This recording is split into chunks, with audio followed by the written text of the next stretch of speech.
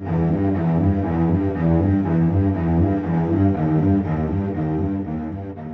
really isn't just an Ohio problem or a Western Lake Erie problem. This is a Great Lakes problem, and quite frankly, it's a global problem. Every year, beginning in July and continuing until sometimes October, the western side of Lake Erie explodes into a green, sludgy mess. It's a little slimy, if you want to think of it that way. So when you go out, typically during the height of the bloom, it's really green. It almost looks like paint, like someone dumped a whole bunch of paint into the water. This green layer on the surface is what's called Cyanobacteria and forms because nutrients from fertilizer get into the water. These excess nutrients, nitrogen, phosphorus, is what's fueling these blooms. The blooms are routinely 300 square miles across and can be seen from satellites in outer space. This footage, shot by filmmaker David Ruck for the upcoming documentary The Erie Situation through Great Lakes Outreach Media, shows just a small part of a big problem. We get blooms that can, be, anywhere 5 to 6 times the size of Washington, D.C. Algal blooms on Lake Erie have been around for decades, but they got significantly better in the 70s and 80s, thanks to the Great Lakes Water Quality Agreement. But then, we kind of took our eye off the ball, and they essentially resurged. It's not just that they've come back. The blooms we see today are different than the blooms that we saw back in the 1960s and 1970s because they seem to be much more toxic, and they're dominated by a different organism than the blooms were back then.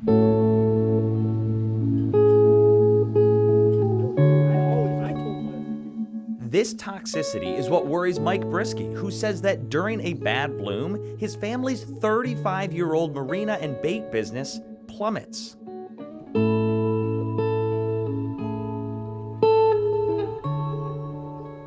For the smaller boaters that don't want to go that far offshore, their choice might be to stay home or go play golf or do something else. They're not buying bait. They're not shopping with me. Yeah.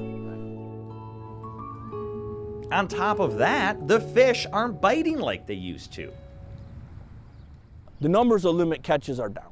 The numbers of people that go out and have a completely unsuccessful, that's up. The first test indicating trouble came Friday night in Toledo, Ohio. Famously, the bloom led to the 72-hour Toledo water crisis in 2014 when wind blew the algae right towards the water intake valve. All of a sudden, the intake was taking in water that had a lot of toxin in it into the finished drinking water, which then caused the do not drink order to be issued. Since 2002, the algae problem has been getting significantly worse. We've seen 2 of the largest blooms in recorded history in the past 10 years. Climate change is likely to blame. Warmer temperatures can produce blooms that are more intense and possibly even more toxic. The reasons are twofold. We're getting warmer, and our water temperatures are getting warmer.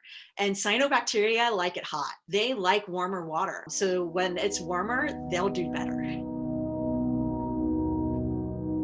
A changing climate means a changing rain pattern, which is an even larger issue.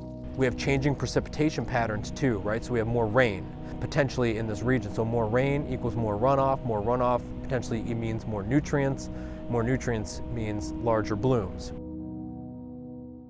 How can we combat this? Well, it may start with farmers like Jason Rulig, who are using GPS technology to become more efficient at spreading fertilizer. We're making sure that we're only putting minimal amounts of fertilizer on in the areas where it's needed and not where it's not needed. He also says farmers are utilizing more cover crops to soak up the old nutrients. You see in the background, kind of the brown, that was oats that we planted last fall. So those nutrients that are left over in the soil, we plant those oats, they take up all those nutrients and they store them in the plant material. There's no bad guys here. Everyone wants to solve the problem, but everyone knows it will take effort. It's a difficult task. It's not impossible. We have evidence that we can do it because we've done it once in Lake Erie already. But again, it takes time and patience. There's no quick fix for Lake Erie. Derek Kevra, Fox 2 News.